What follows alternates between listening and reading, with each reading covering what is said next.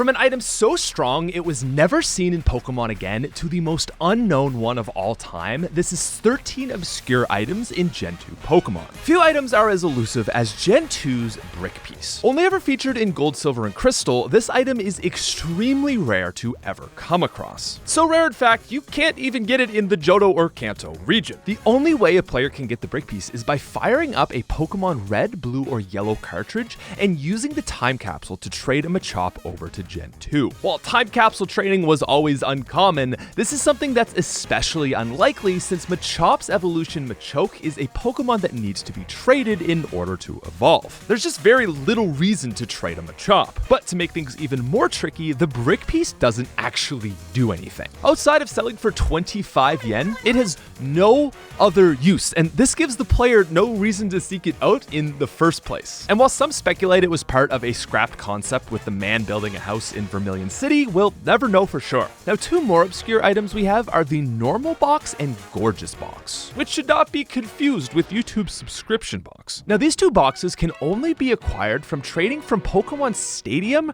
over to Gen 2. The Normal Box is acquired through held Pokemon won in Round 1 of Pokemon Stadium only after they are traded over to Gen 2. Upon taking it off the Pokemon, it can be opened from the player's bag to obtain the Silver Trophy decoration, which can be placed in the player's room. And the Gorgeous Box works similarly, being held by traded Pokemon won in Round 2. The Gorgeous Box gives the player the prestigious Gold Trophy. Now, unless you're from Japan, another item you've probably never encountered is the Egg Ticket. In the Western versions of Crystal, the daycare's odd egg can be obtained from the daycare man by simply talking to him with a party of 5 or less. In the Japanese version, however, players would obtain an egg ticket as an event item from the daycare man through the Game Boy mobile system. Yeah, you had to hook your cell phone up to your Game Boy. You would then give your egg ticket to the Pokemon Center nurse in the Poke Communication Center in exchange for the odd egg. It was worth the hassle though, because unlike the North American versions that had a 1 in 16 chance of being shiny, this version was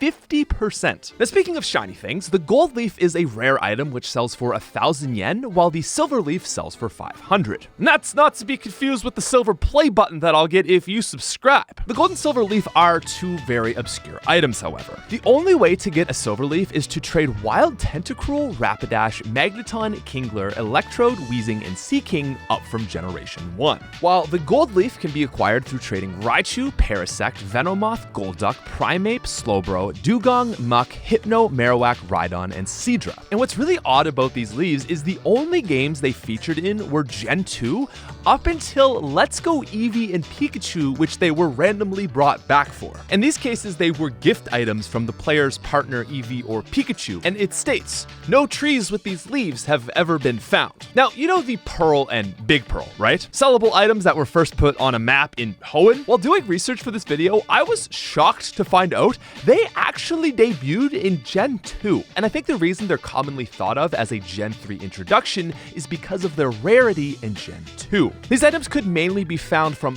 Wild Shelter at a 23 and 2% held catch rate. Interestingly enough though, players could also purchase them at the Goldenrod Underground Bargain Shop on Monday mornings. There's a dude there just selling expensive sellable items for 10% cheaper than their sellback price. It's kind of weird. And outside of the Nugget, the other items sold here are the Star Piece and Stardust. Also commonly associated with Gen 3, the same applies for these items. Outside of the Bargain Shop guy, the only way to get them is through its 25% chance to be found held on Wild Staryu. Now, if you're familiar with Gen 2, you might know the origins of the Silk Scarf originate here. Gen 2 introduced type boosting moves, and the original normal booster was the Pink Bow rather than the Silk Scarf. Interestingly enough, however, there is a secondary, much more rare version called the Polka Dot Bow. Both provide a 10% boost to normal moves, but the Polka Dot is extremely rare. Outside of the 7 daily siblings and the radio tower gift from Mary, Picnic or Tiffany on Route 43 will gift you a pink bow from time to time, and more interestingly, Cool Trainer Rita's Nidoqueen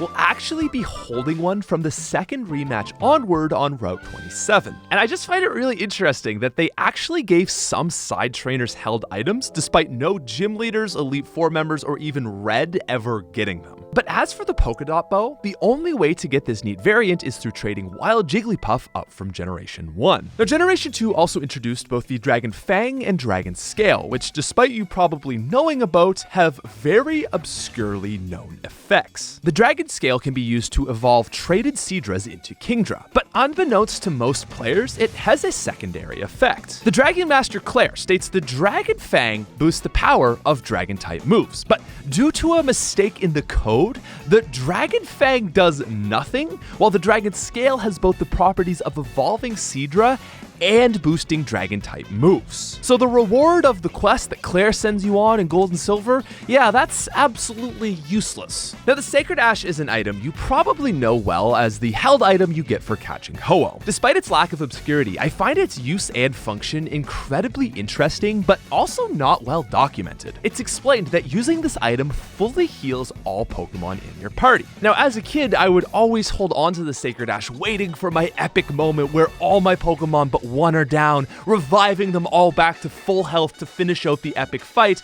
but it doesn't work like that. See, the Sacred Ash is the one healing item in the game that cannot be used in battle. And so this means it essentially just acts as 5 revives, 6 full restores, and some ethers, which can be found quite easily throughout the game. Basically, all it exists to do is save the player some time, especially seeing as it's the first and only item associated with the legendary in Gen 2, it just feels really lame. But another weird healing item in Gen 2 is the Rage Candy Bar. Viable in Mahogany Town, this is a 300 yen item, which heals a Pokemon by 20 HP. And again, it's just a very confusing item since it shares the properties of a potion at a point in the game where potions are ineffective at healing your Pokemon to full. And while they did give it more properties in later games, its original introduction is very confusing. Now, since it's a TM rather than technically an item, I didn't want to put this canonically on the list, but one TM I wanted to talk about is Psych Up, also known as TM9. Introduced in Generation 2, Psych Up resets the user's stat changes and copies all of the target stat changes onto the user. While it's a move you may have seen before, TM9 is extremely rare. That's because the only way you can get this one is through trading Wild Abras up from Pokemon Yellow. One item that is incredibly good, however, is the Berserk Gene. Accessible once per game outside of Cerulean Cave, this item is so strong it was never put back into Pokemon. So upon entering battle, this held item is consumed, raising the Pokemon's attack stat by 2 stages, but giving them permanent confusion. On the surface, this doesn't sound too broken, but with a bit of strategy, it allows the player to sweep any player in the game. Simply equip this to a Pokemon that knows Baton Pass, and then Baton Pass into a fast Pokemon holding a Bitterberry. This will instantly heal the Pokemon's confusion, but they keep the free +2 attack. Now, with its amazing speed of 130 and already stellar attack of 105, Aerodactyl is the most commonly used Pokemon for this strategy. But when you start to think about how Gen 3 introduced Pokemon that have abilities that make them unable to be confused, you can see why this never returned. Now, if you learned something new, feel free to pay it forward by giving me a subscribe, and I'll see you later. Peace!